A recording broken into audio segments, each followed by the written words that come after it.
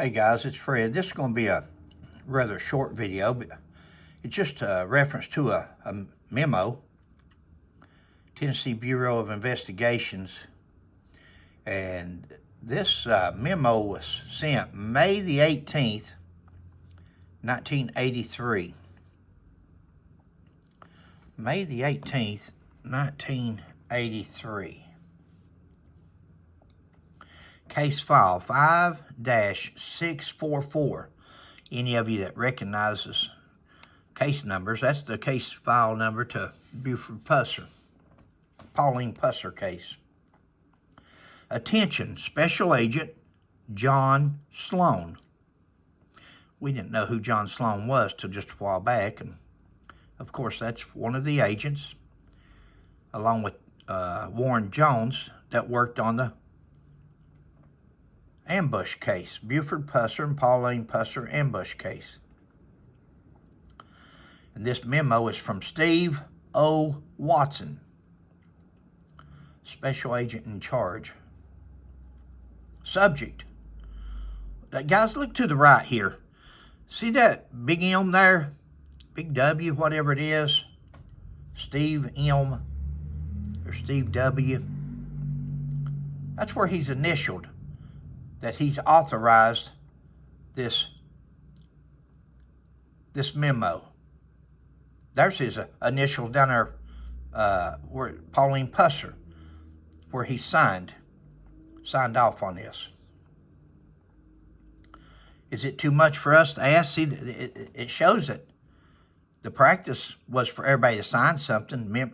Sorry about the glare. If you're getting the same thing I'm getting. There's your two places where it's signed or initialed. But yet, Warren Jones wants to show us what he calls statements from Buford, statements from Moffett, statements from this one and that one. Nothing more than typewritten up. Not a piece of ink on it.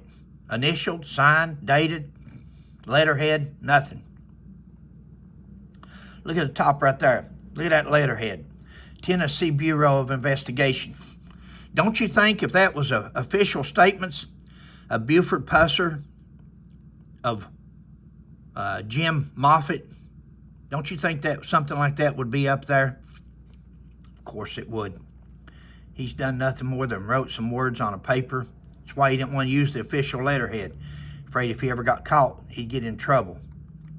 It's not official. But anyway, let's go on with this. On March the 16th, 1983, the Jackson office was contacted by Mississippi authorities in relation to this case. Agent Jones advised me that you came to the Jackson office after returning to work for TBI in 1976, and he turned the working case file and evidence over to you. Advised me as to the location of the aforedescribed articles and make arrangements to return them to ASAC Jack Blackwell in Jackson, Tennessee. This memorandum needs an immediate reply. Immediate reply. Now, guys, what's going on here?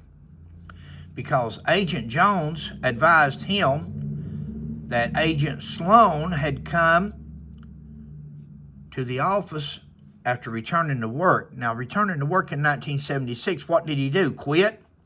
And then come back? Was he on vacation and come back? What? Returning to work. Was he off work hurt? 1976. So they're saying, according to Jones, that Mr. Sloan, Agent Sloan, has had these files since 1976. Unbelievable. Working the case file, turned it over to you.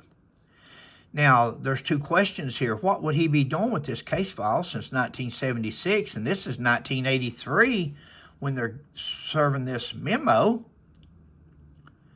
What's he doing with that case file? Or, second question, does he really have the case file? Does he really have the case file? Does he really have the evidence turn the file and evidence, look here at the evidence, over to you.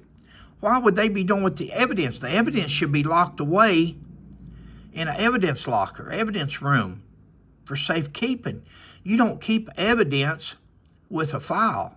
He might have had the file, but no way should he had the evidence. Now, the second question is, since we found discrepancies in Warren Jones and his employment with the FBI and his truthfulness, do we know for a fact that Agent Jones actually turned any evidence or anything over to Agent Sloan? Was this Agent Warren Jones just CYA? Was he covering his butt? Did he just make this up and tell Blackwell or Steve Watson, special agent in charge? Did he just tell Agent Watson, oh yeah, I gave, cause see, Agent Jones is he's the chief investigator. He was the one in charge of the ambush case. So why would he take the case and turn it over and the evidence to Sloan in 1976? Why? We don't know. And did he do it? We don't know. My speculation would be no. I think myself that Warren Jones has probably done something with the evidence, has done something with the case file, and he wants to. Now, there's nothing that says that John Sloan didn't have a copy. A lot of police officers out here, even today, I've got cases going back to early 70s, late 70s, let's put. But I've got cases that I made copies of because they were interesting, or you're a rookie, you're young, or you just keep it. So Sloan could have had a copy of this case file. He very well could have had a copy. But the evidence and the original case file that Jones says he passed on, did he? I would have doubt there.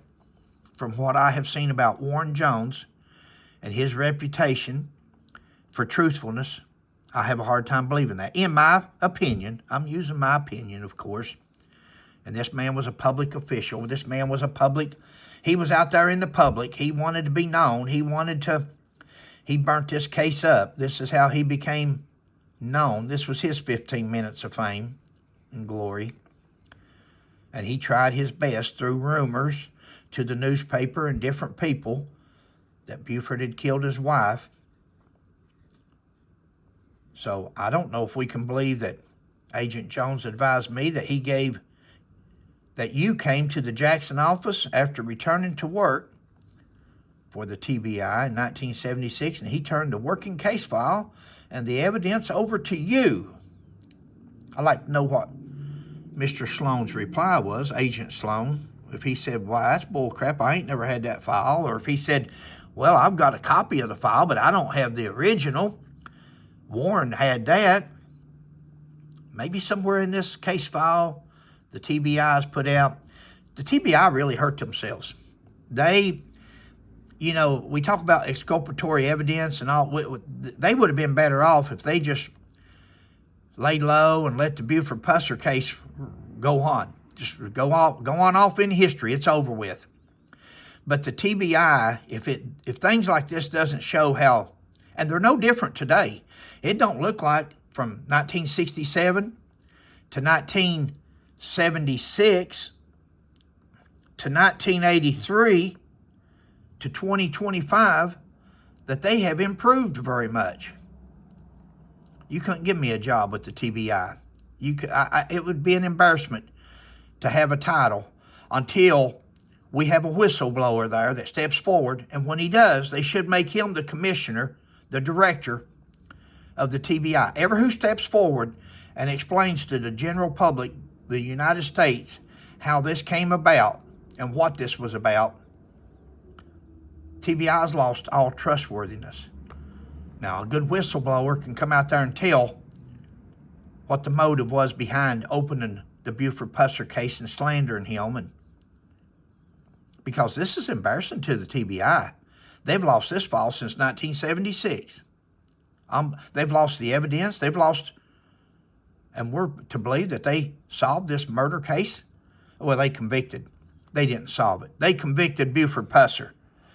The TBI director, David Roush, and Attorney General Mark Davison has convicted Buford Pusser of murder for the rest of history.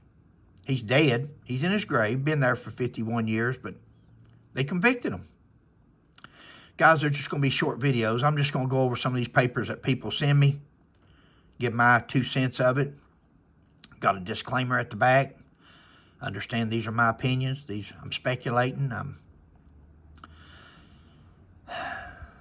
not hard to figure out, though. I believe it all comes down to one person. I believe when it's over with, it's going to come down to Warren Jones and David Roush. That's the 2 people that has embarrassed the TBI forevermore on the Buford Pusser case. My opinion. Thanks, guys. Catch you next time.